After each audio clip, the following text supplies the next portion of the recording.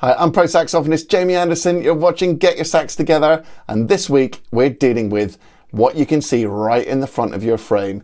These tricky little bad boys, the palm keys. I'm going to teach you all about how to best use your palm keys on saxophone.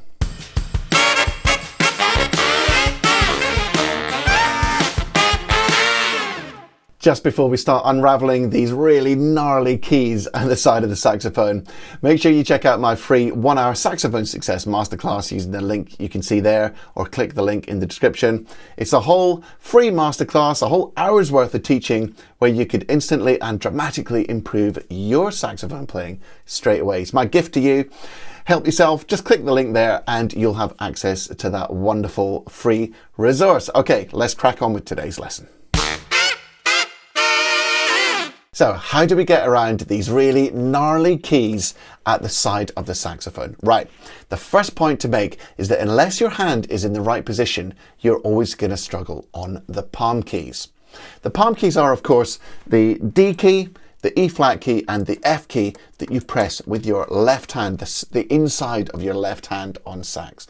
Now, if your hand position is already wrong and you're doing what I call beaver pause, which is playing without dropping your left wrist. If your left wrist is up and you've got this beaver pause shape, then you're really gonna struggle with the palm keys. Because look, if your wrist is like this, you have to play these palm keys with the inside of these fingers here, and that is not going to work very well. So go from the beaver paw, drop your wrist, and instantly those keys fall right under your palm, exactly where they should be.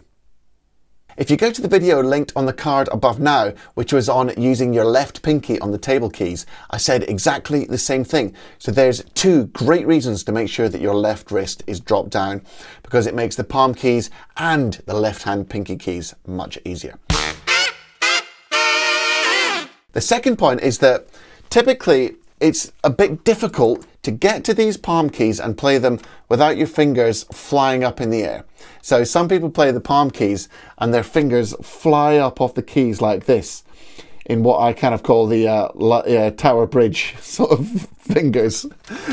Tower Bridge in London, where the bridge goes like that. Your fingers look exactly like Tower Bridge if your palm keys aren't set up correctly. Now, it's probably because your palm keys are too low. I've got a little bit of cork to build up. I wonder if I can get it to focus on that. Come on, behave yourself. Yeah, you can see the cork there on my palm keys. But if you go on Amazon, you can get things called palm key risers, which are just black plastic sleeves that slip over the end of the key and they lift up the height of the key, putting it nicely into your palm. There's also another solution called Sugrue, which is a moldable glue that you can build up your palm keys with, shape it exactly how you want, and then when it dries, it's really hard and it sticks on your keys.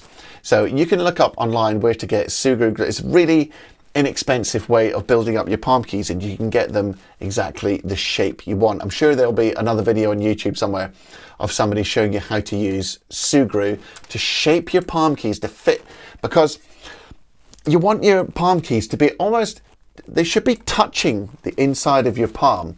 You're not pressing them all the time, but generally when you're playing your saxophone, I can feel these palm keys brushing on the inside of my hand. That's how close they could be, because if they're too far away, then when you press them, your fingers have to crank vertically in that Tower Bridge that I was talking about. So make sure that your palm keys are adjusted correctly so that when you press them, you can still keep your hands close to the keys. And that is the most important thing here. So adjustment of those keys is the first thing you want to look at. The next point is that you only get better at a certain aspect of saxophone by doing it and practicing it every single day. Now, the easiest way of practicing your palm keys is just to make sure that all your scales that you play go up to the very top of the palm keys, whether that be an F or an F sharp for you, and back down again. So if you look at the video linked up there now, which is the best way how to practice scales, You'll see that I teach you to start on the note, go to the highest note you can, and then back down to the lowest note and finish on the starting note. When you start doing this for all the scales that you practice every day, you'll really start to get used to using your palm keys. And you'll also get, when you go through all the different major scales, you'll get all the different combinations of palm keys that you need to get really fluent up there. Now, no discussion of the palm keys is complete without talking about the E right-hand side key, because that's used so often, obviously, for the E and for the F.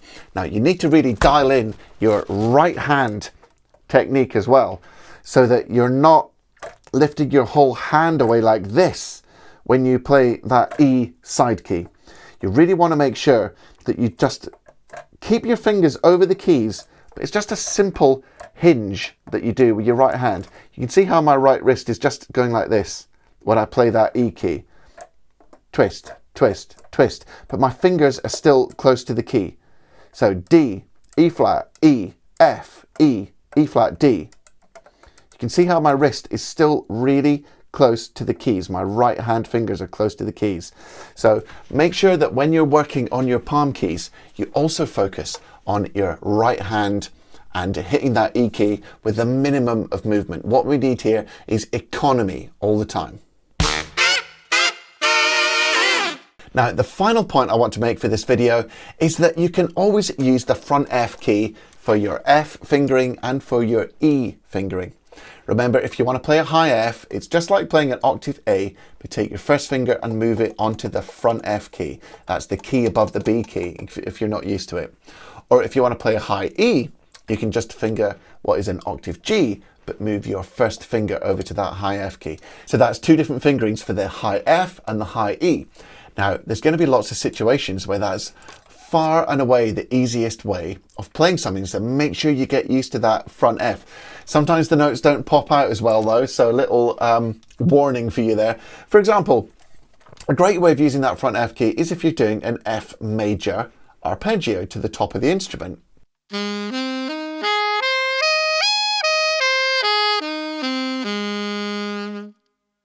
When you're playing that arpeggio, for which I was fingering the palm keys for that version, try using the front F instead, because look how easy it is. You're going from C, all you need to do is put down one finger to get to the F, instead of putting all these awkward fingers down. So now I'm going to play that F arpeggio again, using the front F to cut out all the hassle with those side keys.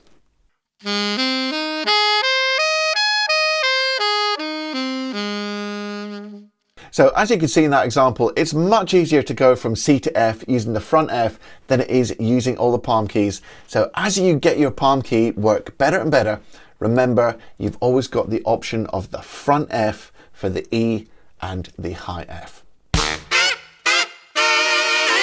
So that's all I've got for you this week. I hope it's been of some use to really help you get better and better at using those palm keys, because let's be honest, they're a real bear. Everyone hates it. I don't know if they could design anything better on saxophone or not, but we're stuck with it. So start making friends with those palm keys using some of the techniques that I've taught you. If you're getting good value out of the lessons, you feel free to buy me a coffee using the link that you can see there.